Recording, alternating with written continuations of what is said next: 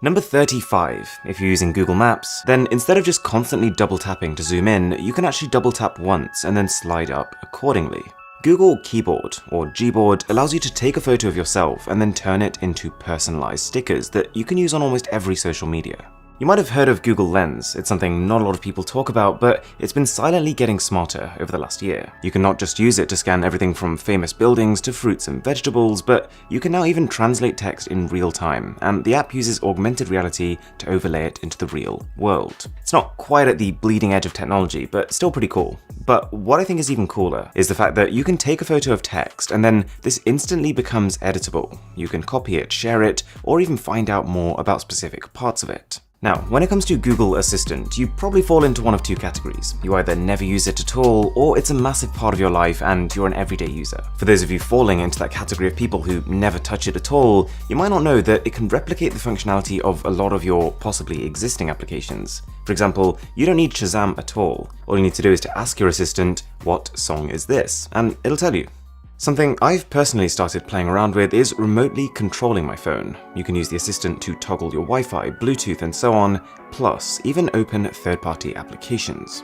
You're probably also hearing a lot about augmented reality recently, and if you're anything like me, a lot of it will make your eyes literally roll into the back of your head. But I was pretty surprised when I found out that just by searching for certain animals on the internet, Google lets you visualize them to scale in the world around you. If nothing else, it's a cool party trick. And whilst we're talking about your Android browser, Chrome lets you switch between tabs really quickly, just by swiping, which, considering I currently have about 50 open tabs, is pretty handy. If that appeals to you and you're really into your productivity maximization, then you might also know that Google Chrome can be used in split screen. But this gets a lot better when you realize that any text that is selected can then be copied to the other open app just by dragging. So you could forward a specific part of an article to a friend or instantly plot the location of somewhere you're trying to get to. Dark mode has become a bit of a fascination recently, with it being able to save power on some devices and just being a nice change from all white menus. Turns out, you can get dark mode on almost everything. With most recent phones, you should find the option in display settings, but this only tends to change UI elements, not third-party apps. We can take this further though. On Google Chrome, you just need to head into the Chrome Flags section, which houses Google's behind-the-scenes experimental options, and enable it there. Even applications like Facebook Messenger, they have a dark mode too, which I just keep on by default now. It actually gets a lot better if you head into developer settings, where if you've got a Samsung phone running One UI, you can set the phone's internal dark theme to sync with the time of day, so everything will be light while the sun's out and dark when you need it to be. Plus, if you're on Android 10, you can actually force dark mode in other apps, even when they're not programmed with it. This includes even WhatsApp, which has been famously slow to adopt the feature. Also, if you are using a Samsung phone with One UI, then Hex Installer is an absolutely amazing way to get a completely new look, all without root. If, by the way, you enjoy the kind of straight-to-the-point approach that I'm doing with videos now, a sub would be massively appreciated, because there is a lot more coming. Wallpaper Modder is an application I think I mentioned once last year, but I'm still using it 3 times a week. Essentially, get any wallpaper you like and use it until you get bored. But then, instead of switching and spending ages searching for the next perfect background, this allows you to really quickly change the one you've got. So for example, I really like the stock wallpapers on the Samsung Galaxy S10 5G, but the problem is that there are only 3 built into the phone, and I want more but in a similar style. This app is a really easy way of achieving that.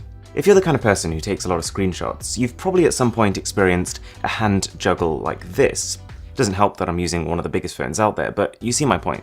By using an app called Screenshot Assistant, you can remap the screenshot to just holding down your home button, and when you do that, you get an instant share button pop up, so you can send that meme as quickly as possible.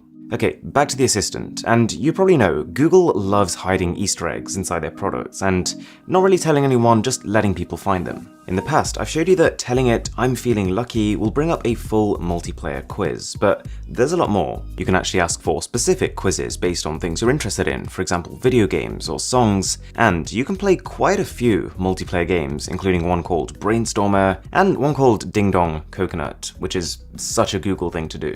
There is even an RPG called Game of Castle, which is a fully narrated adventure where you listen to the host talking about the scene and you respond with how you want to proceed.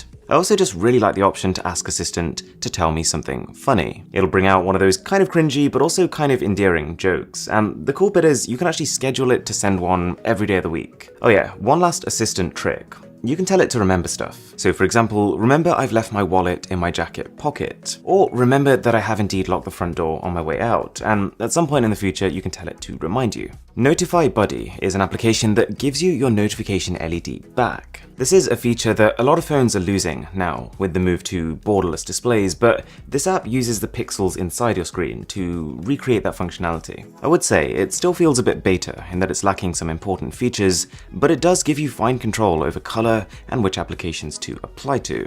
Accurate heart rate monitor doesn't need a massive amount of explanation, but it's convenient in that you just place your finger over the phone's camera for a few seconds and bam, you've got a reading. It's probably not the one if you need professional medical help, but at the same time, if you're just trying to keep track of your fitness levels over time, it'll do the job. Falling very much into that cool party trick category is Face Pause.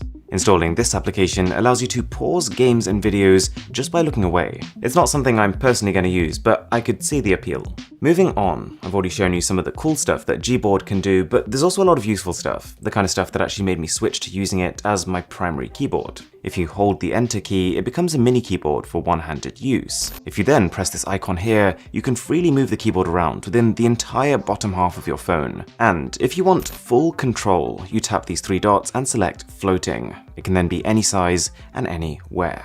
There are quite a few situations I've been in where I just wish I had a dice to roll or a coin to flip to settle some sort of score. Randomizer Plus lets you do exactly that, and quite a bit more. Basically anything you'd want to pick randomly from, like any letter of the alphabet or any card from a full deck, it can do. It can even play rock, paper, scissors for you. It's really well done, I just wish there were fewer ads. Now, one of my favorite Android tips is one of the simplest. If you're getting a call and you want to silence it, just turn the phone over. You can also double tap your multitasking key to quickly get to the last used app. Okay, now for a couple of things to do with theming. By default, most phone setups don't have much uniformity when it comes to color. And in my opinion, your home screen will often look a lot better with 2 to 3 colors maximum. So start by finding an icon pack you like, as this is normally the harder bit, and then find a wallpaper to go with it. For example, the Skyline icons have a really eye-grabbing blue and white neon aesthetic, so I found a background with a complementary theme and colors, and it just looks like they were made together. Also, for an absolutely killer live wallpaper, take a look at the Better Fish by Maxilus. It is super well animated and also primarily black to save some of that battery you'll lose by having a moving background. Okay, number 1 is Vmos, a fascinating tool. It allows you to run Android within Android. It gives you the equivalent of 2 separate devices, to which you might well be thinking, one device is already enough, why on earth would I need 2? It comes with some surprising benefits. It allows you to completely separate social life and work life, with your personal set of accounts logged in on one Android and your work ones in another. This virtual system can also be really easily rooted, let you play a full-screen game whilst also doing something else, and potentially use apps that were previously incompatible with your phone. It is a little bit prone to crashing on my Samsung, but some of the reviews on the Play Store are glowing, so it might work better on yours. If you enjoyed this video, I've got a ton of Android customization like this, so I'll leave some of that linked as a card above, as well as a pinned comment below. Thanks for watching, my name is Aaron, this is Mr. Who's the Boss, and I'll catch you in the next one.